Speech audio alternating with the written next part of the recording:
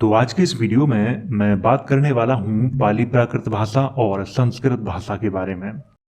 पिछले वीडियो में मैंने आपको बताया था कि पाली प्राकृत भाषा का धीरे धीरे कैसे बदलाव हुआ था और वह 9वीं-10वीं शताब्दी तक संस्कृत का रूप ले चुकी थी।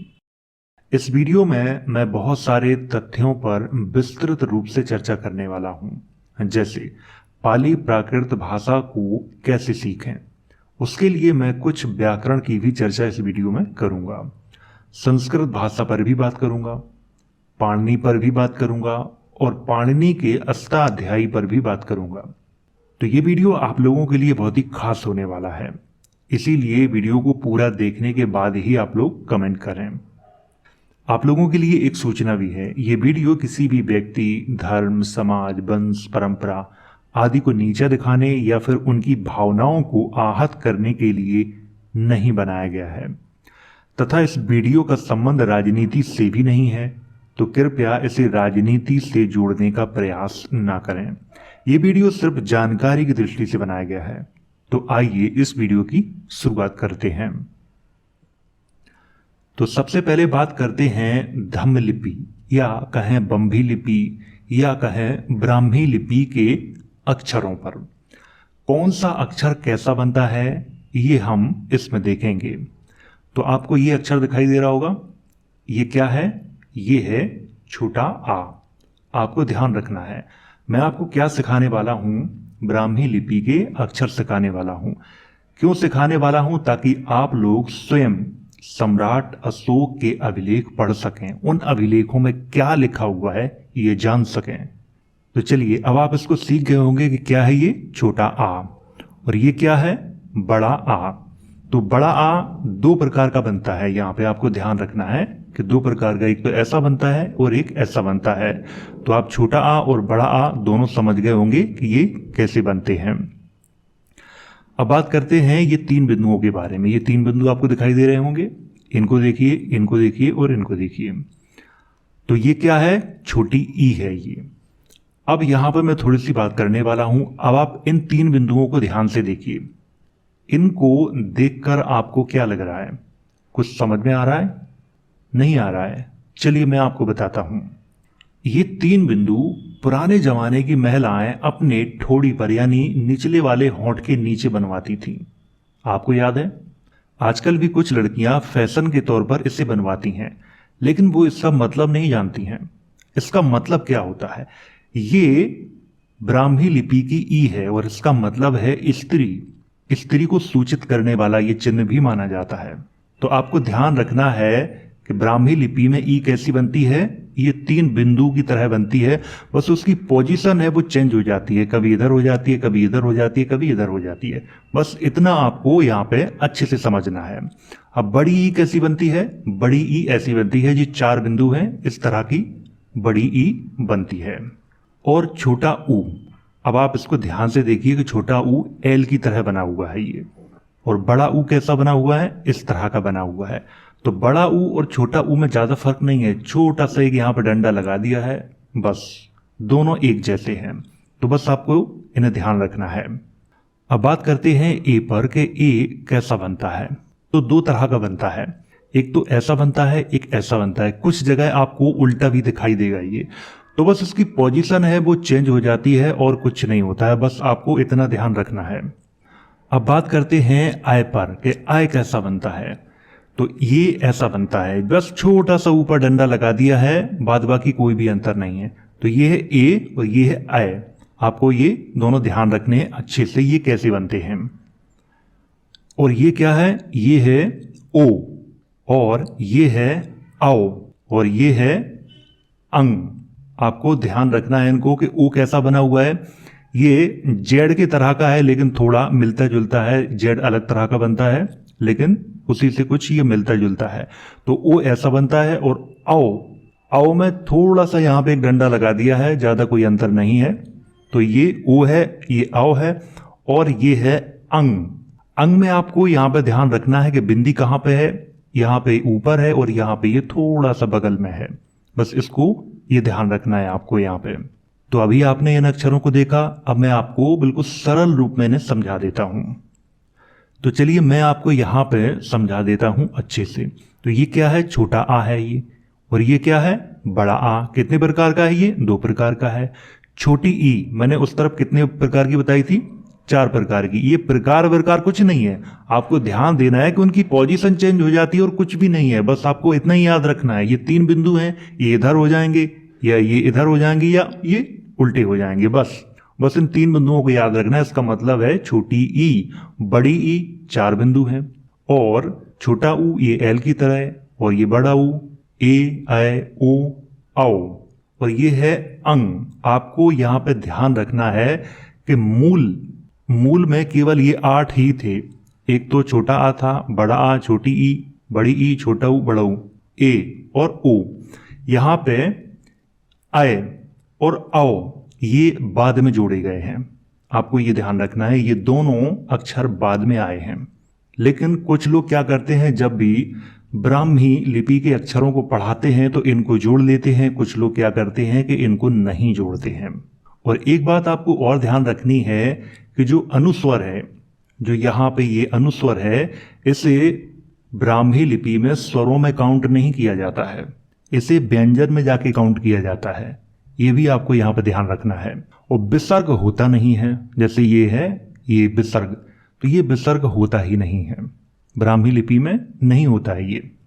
अब आप इन अक्षरों को देखिए, जैसे कि का कैसा बना हुआ है, ऐसा बना हुआ है, और नीचे दा कैसा बना हुआ है, ये ऐसा बना हुआ है। धा कैसा बना हुआ है, ऐसा बना हुआ है। खा कैसा बना हुआ है, ये ऐसा बना हुआ है। ये ना कैसा बना हुआ है, ये ऐसा बना हुआ है। ये पा ऐसा बना हुआ है, फा ऐसा बना हुआ है, और ये बा ऐसा बना हुआ है। तो यहाँ पे आप एक एक अक्षर को ध्यान से देखते जाइए, और उसके सामने या उसके नीचे मैंने लिखे हुए हैं ताकि आपको आसानी से ये समझ में आ जाए। मैं तो कहता हूँ आप इसका स्क्रीनशॉट ले लीजिए, 2-3 बार रट्टा मान लीजिए, आपको बिल्कुल अच्छे से याद हो जाएंगे ये। इनकी ही सहायता से आप लोग क्या कर सकते हैं कि सम्राट अशोक के किसी भी अभिलेख शिलालेख को आसानी से पढ़ सकते हैं। उनमें क्या लिखा हुआ है ये आप जान सकते हैं। यहाँ पे मैं आपको बता दूं कि हा तक लिखा हुआ है, हा के बाद एक शब्द और लिखा हुआ था, लेकिन वो आमतौर पे इस्तेमाल नहीं किया जाता है, इसीलिए मैंने उसको यहाँ पे नहीं लिखा हुआ है।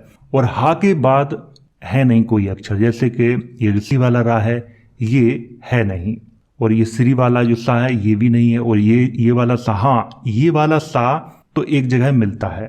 सम्राट अशोक के पश्चिमी भारत के अभिलेखों में या शिलालेखों में ये वाले सा का प्रयोग तो किया गया है, जिससे हम कहते हैं सीटी वाला सा, इस सा का तो प्रयोग किया गया है, लेकिन ये सा नहीं किया गया है, न छत्रज्ञा इनका किया गया है, तो ये है ही नहीं, ये बाद में क्रिएट किए गए हैं। अब बात कर लेते हैं आधे रा की। जैसे ये लिखा हुआ है क्रम, ये लिखा हुआ है धर्म, ग्रह और राष्ट्र। तो आपको ध्यान रखना है, ये क्रम में ये जो रा लगा हुआ है, इस रा का प्रयोग किया गया है सम्राट अशोक के कहाँ के अभिलेखों में, जो पश्चिमी भारत के अभिलेख हैं उनमें किया गया है।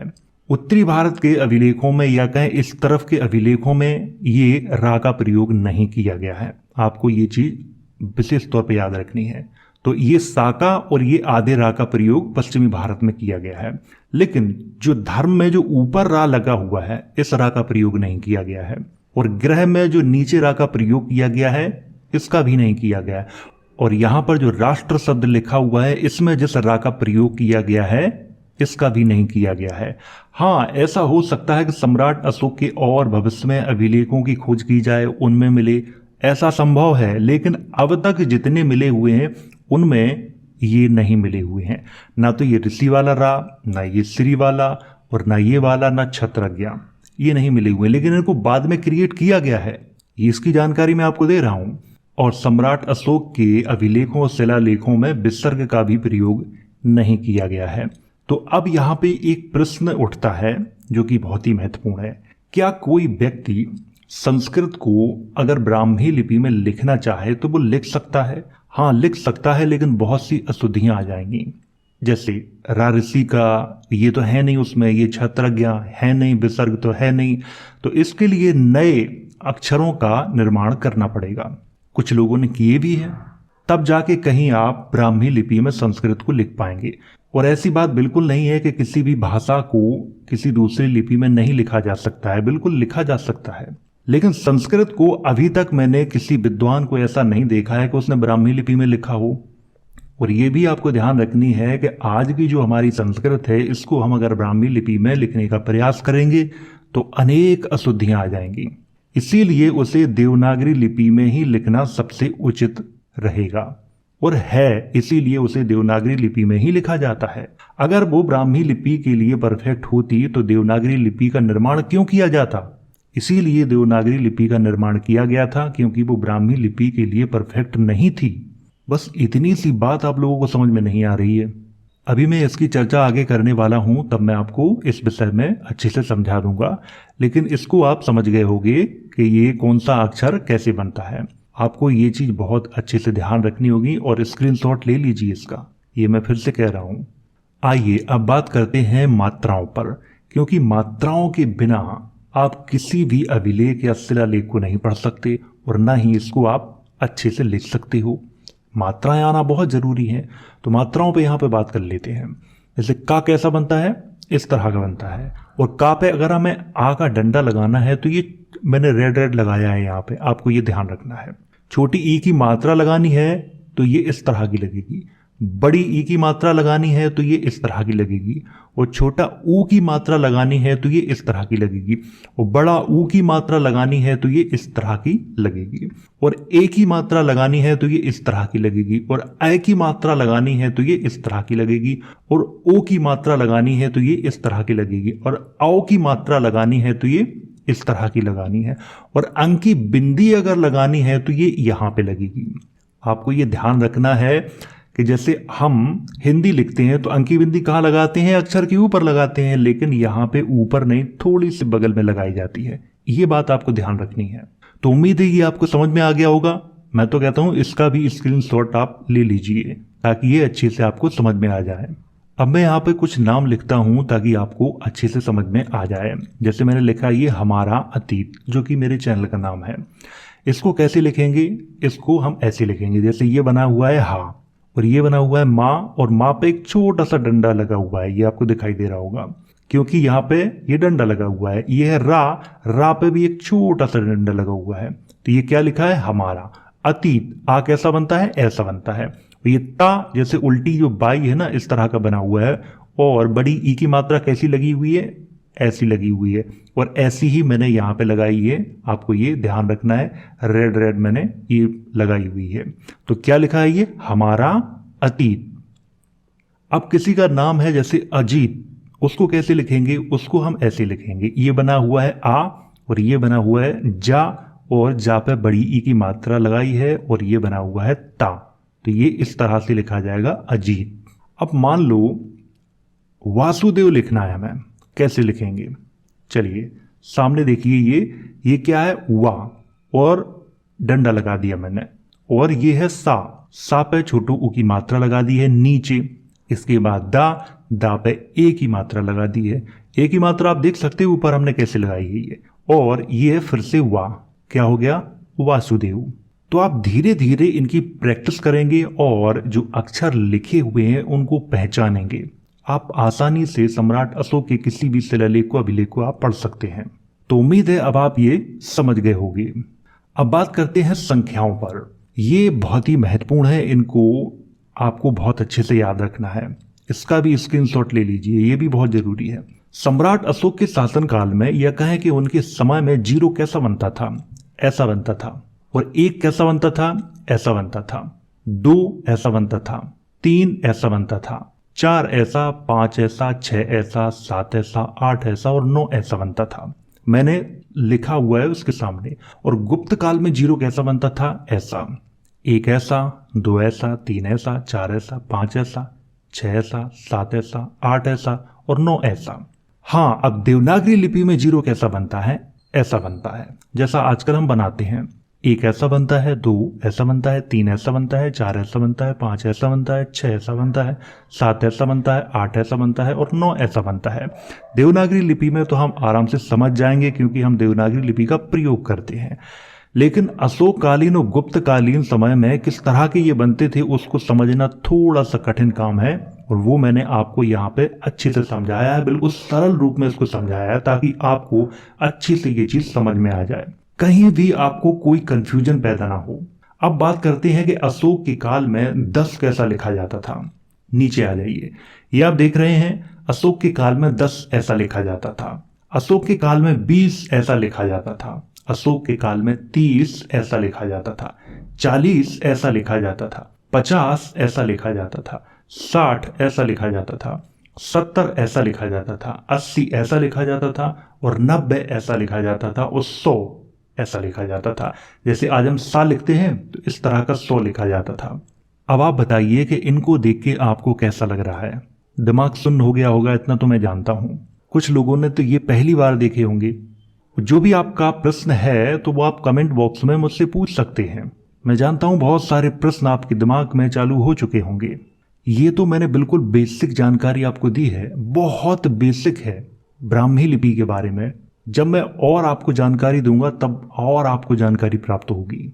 उसके लिए मैं एक विशेष वीडियो बनाऊंगा, तब मैं आपको विस्तार से ब्राह्मी लिपि के बारे में जानकारी दूंगा, ब्राह्मी के अक्षरों के बारे में जानकारी दूंगा, तब आपको और अच्छे से समझ में आ गया। यहां तो मैंने केवल बेसिक जानकारी इसीलिए दी है ताकि आप लोग स्वयं सम्राट अशोक के अभिलेख शिलालेखों को पढ़ सकें, जान सकें कि उनमें क्या लिखा हुआ है, और आप ये भी जान सकें कि भारत की सबसे पुरानी भाषा कौन सी है। मैंने पिछले वीडियो में जो भी बोला अपनी रिसर्च के अनुसार बोला, मैंने कोई गलत नहीं बोला, इतना मैं जानता हूं। और मैं आज फिर भी कह रहा हूं कि भारत की सबसे पुरानी भाषा पाली प्राकृत है। कैसे है आगे बात करूंगा इस पर। अब आप इसे देखिए, ये क्या है? यह है सम्राट अशोक का गिरनार शिलालेख। वैसे तो ये बहुत बड़ा है, मैंने यहाँ पर कुछ एक पंक्तियां उसकी ली हैं ताकि मैं आपको समझा सकूं कि इसको पढ़ना ज्यादा कठिन काम नहीं है, बहुत सरल काम है। चलिए यहाँ पर मैं बात करता हूं कि ये देखिए, आप 3 बिंदु देखिए, 3 बिंदु। अब जब आप देखेंगे तो मैंने आपको क्या बताया था पीछे, ये क्या है? ये है छोटी ई, छोटी ई, और आगे क्या बना हुआ है? या बना हुआ है और एक अंकी बिंदी लगी हुई है, तो क्या हुआ? इया। इया का मतलब होता है यह है, और आगे क्या लिखा हुआ है? धम्म लिपि। आप इस तरह से एक एक अक्षरों को जोड़ जोड़ के पूरा पढ़ सकते हैं, जान सकते हैं क्या लिखा हुआ है। वैसे तो मैं आपको अभी पढ़ के बताऊंगा, इसका अनुवाद करके बताऊंगा कि इसमें क्या लिखा हुआ है, क्योंकि कुछ लोगों ने कहा है कि सर आपने इसको पढ़ा नहीं है। अगर आप पढ़ते तो ये पता चलता कि इसमें कौन सी भाषा लिखी है, शायद इसमें संस्कृत लिखी हो। तो इसीलिए मैं इसको पढ़ूंगा और उसका अनुवाद आपको हिंदी में करके बताऊंगा कि इसमें क्या लिखा हुआ है। तो आइए शुरुआत करते हैं। तो ये लिखा हुआ है इया धम्म लिपि देवानांग पियन पियदस्ना राजो लेखापिता इदना चा की जीवंग आर भितपा पजु हित व्यंग ना चा समाजु कतव्यु बहुकंग ही दोसंग समाज पसति देवानांग पियो पियदस्सी राजा अस्ति पी तू एक चा समाजा साधुमता देवानांग पियस पियदस्सिनो राजो पुरा महान समहि देवानांग पियस पियदस्सिनो राजो अनुदिवसंग टी एवा प्राणा आर भरे सुपाथाय दिवो मोरा एको मगो सो पी मगो ना धुबो एतो पी टी पाणा पछा ना आर भिसरे। ये लिखा हुआ है। अब आपको कुछ समझ में आया? बिल्कुल नहीं। क्या ये संस्कृत भाषा थी? नहीं, क्योंकि कुछ लोगों का ये कंफ्यूजन था, उन्हें ये लग रहा था कि इसमें संस्कृत ही लिखी हुई है और लिखी है ब्राह्मी लिपि में। तो आप मुझे पढ़ के सुनाइए ताकि मैं ये जान सकूं कि इसमें संस्कृत है या नहीं है, लेकिन नहीं है। अब इसका हिंदी में मैं आपको अनुवाद करके बताता हूं कि इसमें क्या लिखा हुआ है। देखिए, आजकल हम जैसे हिंदी इंग्लिश पढ़ते हैं, जल्दी जल्दी इस तरह से इसको नहीं पढ़ा जा सकता है। मैंने ब्राह्मी लिपि को आज से 15 साल पहले, जब मैं ग्रेजुएशन कर रहा था, तब मैंने सीखी थी। तब से लेकर अभी मुझे इसकी जरूरत पड़ी है, बीच में जरूरत नहीं पड़ी थी। और इसको पढ़ना कोई कठिन काम नहीं है, बहुत ही सरल काम है, हर व्यक्ति पढ़ सकता है। चलिए मैं आपको बताता हूँ, हिंदी में इसका अनुवाद करके दिखाता हूँ कि इसमें क्या लिखा हुआ है। इसमें ऐसा लिखा हुआ है कि यह धम्म लिपि देवानांग पियन पियदस्सना राजा ने लिखवाई है, और यहाँ किसी जीव की हत्या न की जाए, मतलब किसी व्यक्ति के द्वारा न किसी समाज के द्वारा। किसी जीव की हत्या न की जाए। और यहाँ के समाज की देख रेख की जो जिम्मेदारी है, दोष हैं, जो बुराइयां हैं, वो देवानांग पियदस्सी राजा देखते हैं। और आगे लिखा हुआ है कि इस समाज में देवानांग पियदस्सी राजा के साधु हैं। और आगे लिखा है कि देवानांग पियदस्सी राजा की पाकशाला, यानी कि जहाँ खाना ना बनता है उसको यहाँ पे कहा गया है कि उनकी पाकशाला में पहले प्रतिदिन कई जीवों को मारा जाता था खाने के लिए। लेकिन जब से ये धम्म लिपि लिखवाई गई है, यानी कि जब से ये शिलालेख लिखवाया गया है, तब से केवल 3 जीव ही मारे जाते हैं। 2 मोरों के लिए लिखा है 2 मोरा, और 1 मृग के लिए लिखा हुआ है 1 मगो। तो 2 मोर 1 मृग मारा जाता है। लेकिन मृग जरूरी नहीं है, ऐसा भी लिखा हुआ है। और ये भी लिखा हुआ है कि बाद में इनको भी नहीं मारा जाएगा। मान लो कोई समाज है जो कि मांसाहारी है और आप उसे शाकाहारी बनाना चाहते हो, तो आप इतनी आसानी से नहीं बना सकते। पहले थोड़ी थोड़ी चीजें कम करनी होंगी, इसके बाद थोड़ी थोड़ी और कम करनी होंगी, धीरे धीरे उसको खत्म करना होगा। आप एकदम से सारी चीजें खत्म कर दोगे तो क्या होगा, जनता में हल्ला मच जाएगा। और यही सम्राट अशोक ने यहाँ पे किया हुआ है। खाने के लिए उन्होंने कहा है कि 2 मोरा, जो मोर होते हैं वो उस समय खाए जाते थे, जैसे आज मुर्गा खाया जाता है उस समय मोर खाए जाते थे। 1 मृग और 2 मोर ही मारे जाएंगे, ऐसा लिखा हुआ है। और बाद में ये भी बंद कर दिए जाएंगे। तो अब आप समझ गए होंगे कि इसमें क्या लिखा हुआ है। ये पूरा नहीं है, एक छोटा सा हिस्सा मैंने यहाँ पे लिया हुआ है। इस पर मैं एक स्पेशल वीडियो बनाऊंगा और पूरी विस्तृत रूप से जानकारी दूंगा। ये बहुत बड़ा है, गिरनार शिलालेख बहुत बड़ा है। इसमें क्या लिखा हुआ है मैं एक एक शब्द आपको बताऊंगा, उसका हिंदी अनुवाद भी आपको बताऊंगा, ताकि आजकल जो इतिहासकारों ने भ्रम फैला रखा है कि सम्राट अशोक के अभिलेख में ये लिखा है, उसमें वो लिखा है, उसमें ये लिखा है, आप लोग भी जान सकें और आप लोग स्वयं पढ़ सकें। इसीलिए मैंने ब्राह्मी लिपि के अक्षरों को यहाँ पे बताया है। अब बात करते हैं आगे। अब आप लोग इस पांडुलिपि को देखिए। इस पांडुलिपि को दिखा दिखा कर लोगों को बहुत कंफ्यूज किया जाता है। मेरे पास ये पांडुलिपि मेरे ही एक मित्र ने भेजी थी।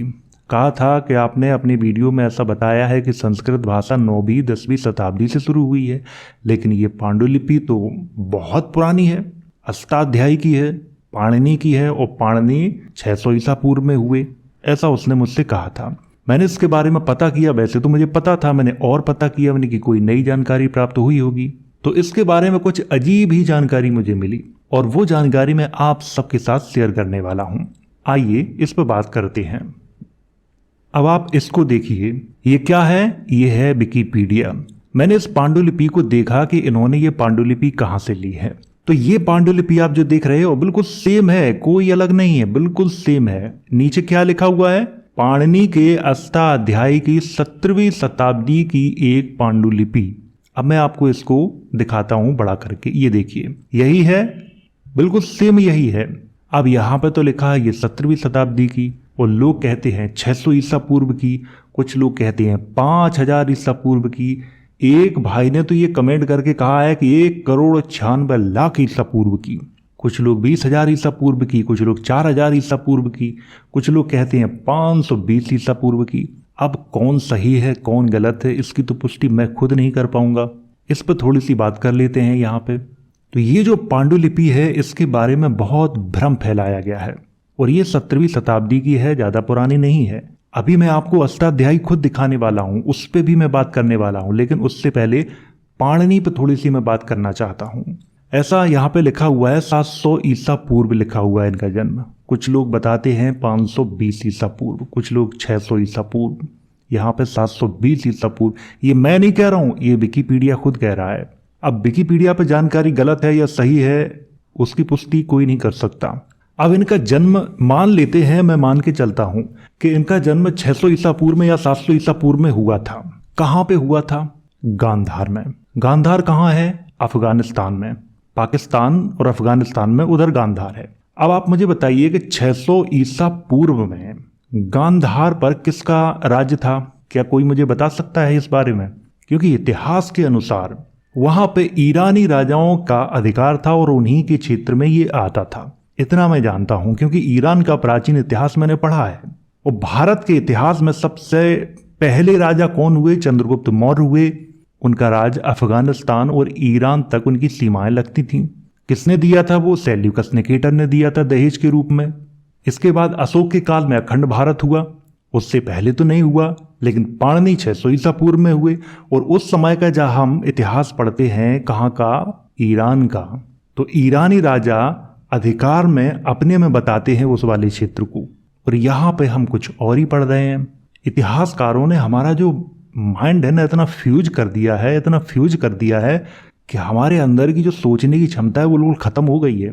बहुत सारे लोगों के कमेंट आते हैं, तरह तरह के वो प्रश्न पूछते हैं।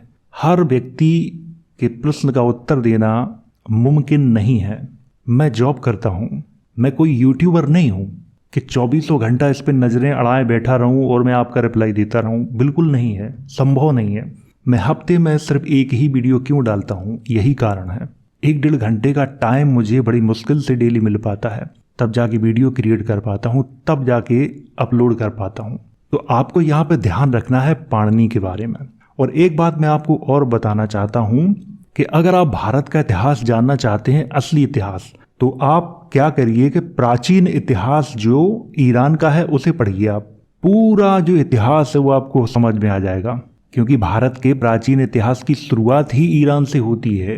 ये बात अगर समझ गए तो आप पूरा इतिहास जान जाएंगे कि भारत का इतिहास है क्या। तो अब आप इस पांडुलिपि के बारे में समझ गए होंगे कि ये पांडुलिपि का जो भ्रम है वो बेकार का भ्रम है, इससे ज्यादा कुछ नहीं है। चलिए अब बात करते हैं पाणिनि के अष्टाध्यायी पर। वो मैं आपको दिखाने वाला हूं। ये क्या है? ये है पाणिनि का अष्टाध्यायी। आप यहाँ पे ध्यान रखें कौन सी लिपि में है? देवनागरी लिपि में।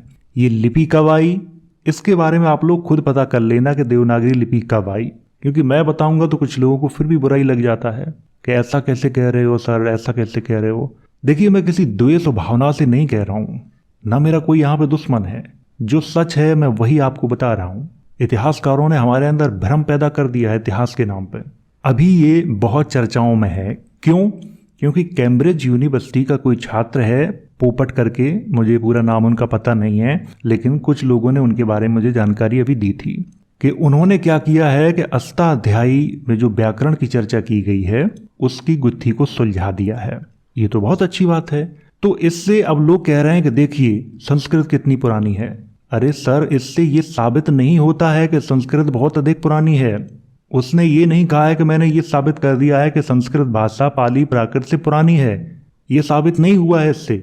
छोटी सी बात समझो, अगर पाणिनि के अष्टाध्यायी में जिस व्याकरण का प्रयोग किया गया है उसकी गुत्थी अगर सुलझ गई है तो ये अच्छी बात है, इसमें बुराई की बात क्या है। लेकिन उस बात को इससे जोड़ना कि ये अधिक प्राचीन है पाली प्राकृत से, तो ये बिल्कुल ही गलत है। दूसरी बात, हर एक भाषा की अपनी एक लिपि होती है स्वयं की।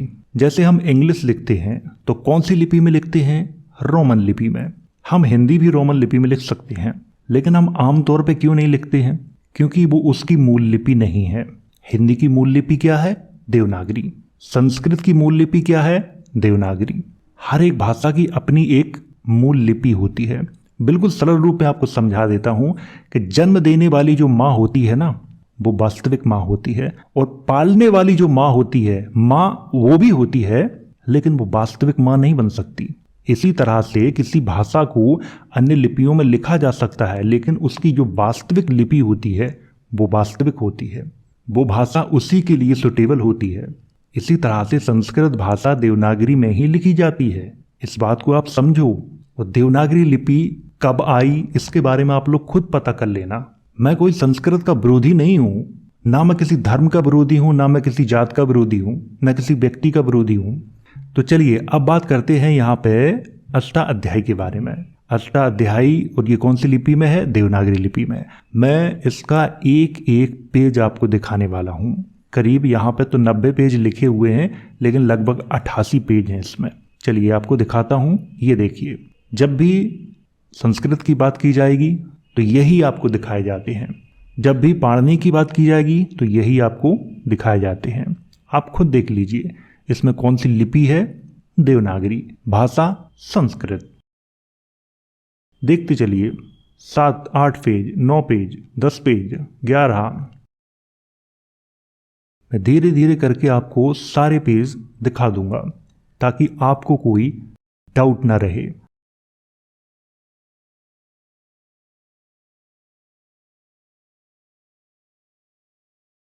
देखते जाइए, यहाँ पे सब कुछ मैं आपको दिखाऊंगा, एक एक पेज 48, 49, लगभग 88 पेज हैं इसमें।